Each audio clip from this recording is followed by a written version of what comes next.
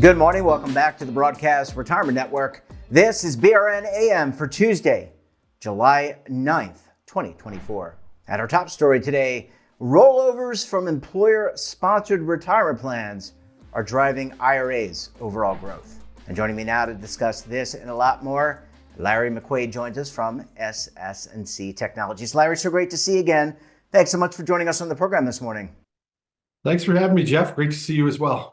Yeah, it's great to see you. And I think last time we had you on, it was part of a conversation with the Spark Institute, of which your firm, SS&C, is an important member. We're talking about retirement rollover, the retirement rollover marketplace today, Larry.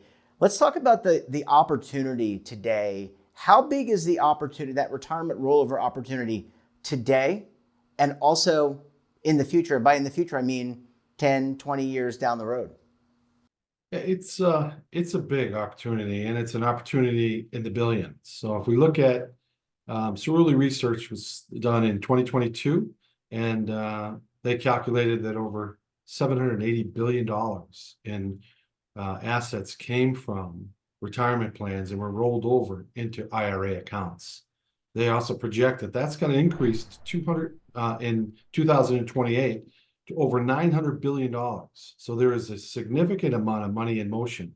Then when you look at it, you say, what are the driving factors here? It's demographics, right? We're entering a point in time where the peak 65 is here. That's the new expression, and that's a high majority of the population is turning 65. I think the numbers are 12,000 people on a daily basis turn age 65. So, and we're seeing that growth on our platform. Last year, our platform, the assets rolled over grew by 20%. And this is an established platform that's been in the marketplace for over 10 years. So it's a significant opportunity. And you hinted at this generational shift, and we have an aging America, and there's going to be all this generational wealth that's going to transfer at some point to heirs. But taking money out of retirement plans and rolling it into either a successor 401k plan or, to what we're talking about today, to an IRA. When you look at the marketplace, Larry, what types of firms are involved? When you look at, when I say that, within the retirement ecosystem, we've got advisory firms, consulting firms, we've got technology firms like yours, we've got record keepers, and it seems like there are a lot of different parties that are interested in this market. Yeah, there are. As we look at the rollover marketplace, obviously the source is the record keepers. That's where the assets are. And what we've seen over the, this year and previous years, we've seen that record keepers are offering their own IRA product or an affiliated product. So they're involved in it. We have your traditional IRA providers, which are your discount brokers, asset managers, broker dealers, RIAs. They're involved in this and play a part in it. And then we're also seeing recently a big push by advisory firms. And we're seeing some come on the platform who have the affiliation with the plan advisor. So the plan advisor might be with that particular advisory firm. And then the pathways are created for the rollovers to whether a wealth management team or to that particular plan advisor. And I think I know the answer, but why is this such an important opportunity for these organizations? Is it simply to capture the rollover assets from a profitability point of view, or does it have more to play in terms of offering other types of services to these individuals in the future, or both? Could be both. I think it's a combination of both, and then some. I mean, and when we look at what the advantages are. The advisors want to be involved with that participant. They want to participate in that bridge from retirement to wealth. As we look at individuals, their largest assets now are in retirement plans, and the advisors want to participate in that. And then you spoke earlier around generational wealth. So this is that opportunity for that advisor to get in between that generational wealth and help extend and grow their business as well and their relationship with the family, not just that individual. And when you look at, last question, Larry, before we go to a commercial break, when you look at some of the operational challenges, because there's no perfect system. There's no perfect operations, but technology plays a huge role. What are some of the challenges today with effectuating those transfers, those rollovers? Sure. I don't know if you've ever been involved in a paper-based or manual rollover process, but that can be Oh yeah, on both sides. On both sides. I've been a record keeper and I've been a participant trying to roll over, and yeah. So it's it is painful. horrendous.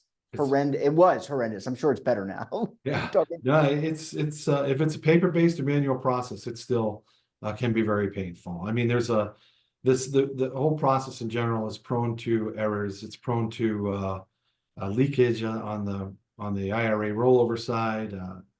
It is a difficult place with that back and forth of the paperwork. So one of the great advantages that we have, instead of the manual process, which can take 30 to 90 days to execute on, leveraging technology, leveraging middleware technology, which connects that record keeper to the IRA provider and provides a good experience for the participant, those can be funded in 3 to 5 business days.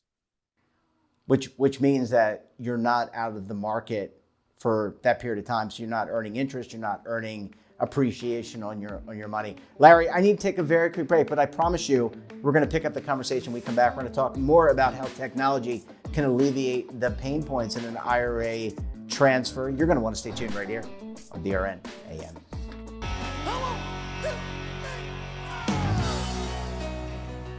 Now is your opportunity to co-create content around any topic on the First Lifestyle and Wellness Network. Reach a global audience through our platform and co-own exclusive branded content. All of our programs are available on demand and also as audio-only podcasts, so you can take us on the go. Broadcast Retirement Network, available anytime, anywhere, and on any device. Larry, thanks so much for staying with us. Really appreciate you hanging around for segment number 2 this morning. Thanks, appreciate it. Just a couple of personal anecdotes before we kind of get into alleviating the pay points. I remember transferring my one of my 401ks to a brokerage account. I had to get a letter of determination or get the paperwork signed, and then I had to wait for the check. And by the way, Larry, the check got lost in the mail, and I'm not blaming the U.S. Postal Service. Things happen. I know they do a good job there.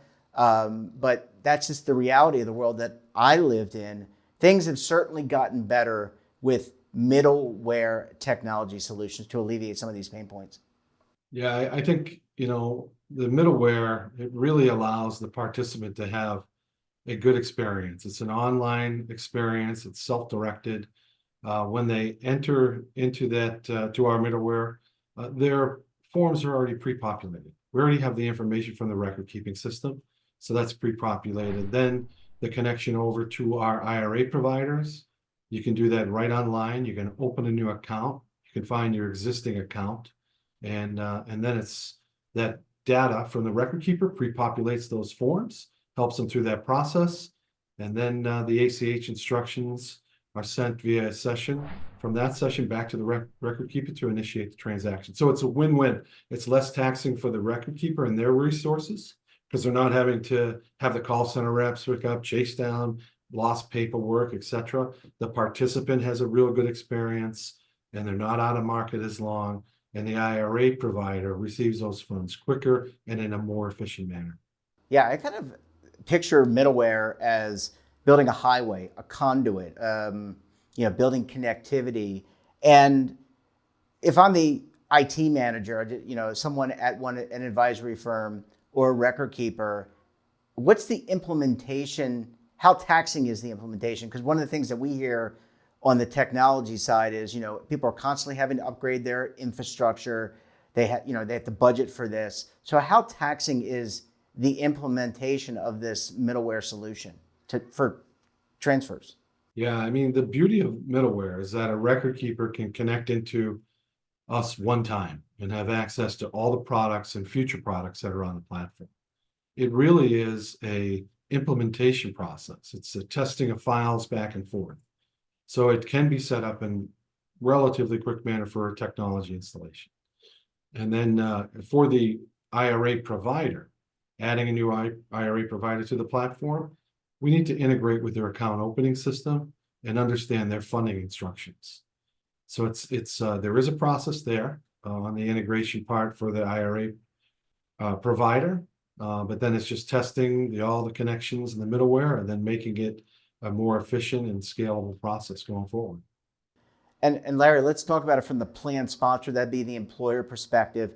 They have fiduciary responsibility, oversight for the plan. They select providers. How could this process help fulfill those fiduciary obligations? Because not only do the phone calls go to the record keeper when there's a problem, they also go to human resources and sometimes even above, because I've been the recipient of a plan sponsor calling me and saying, hey, what are you guys doing over here with Jane Doe's rollover? So how does this help the plan sponsor fulfill their responsibilities from a fiduciary perspective? Yeah, one of the great things about the product set is it provides choice.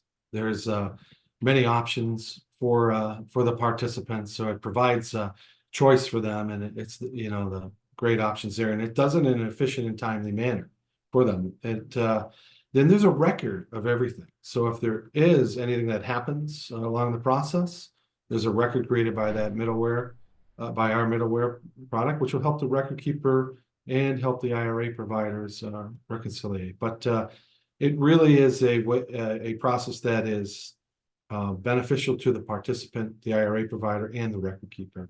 So the plan sponsor wants the best experience for their participants, and this is a way to do that. When we look at fiduciary obligations, a plan sponsor, if we look at some of the smaller balances, we have what we call an auto force out platform, and those are for participants who may have separated or become unresponsive over time. So in order to reduce fiduciary liability for that plan sponsor, they can force them out to one of our IRA providers on the platform. And then our IRA providers in this space are experts at finding and locating participants, re-engaging with them, and then providing options for them in those solutions. Yeah, really important. As we talked with your colleagues, Judy Nelson, Brian Halpin, and we don't have time to get into it here, but the implementation of artificial intelligence to help that process even improve further. And we'll have to get into that at a later date. Larry, always great to see you. Great conversation. Obviously a big marketplace and one that is being transformed. Thank you so much for joining us. We look forward to having you back on the program again very soon. Great. Thank you, Jeff. That wraps up this episode of BRNAM. Have a topic of interest, someone you think we should talk to? Drop us a line. And don't forget, for all the latest curated news in lifestyle, wellness, finance, tech, so much more all in one place, check out today's edition of our daily newsletter, The Morning Pulse. Want to search our archives, check out our latest content? Well, then visit our website. Hey, we're back again tomorrow for another edition of BRNAM. We'll have a very special guest and, of course, another important topic. Until then, I'm Jeff Snyder. Stay safe, keep on saving. Don't forget, roll with the changes.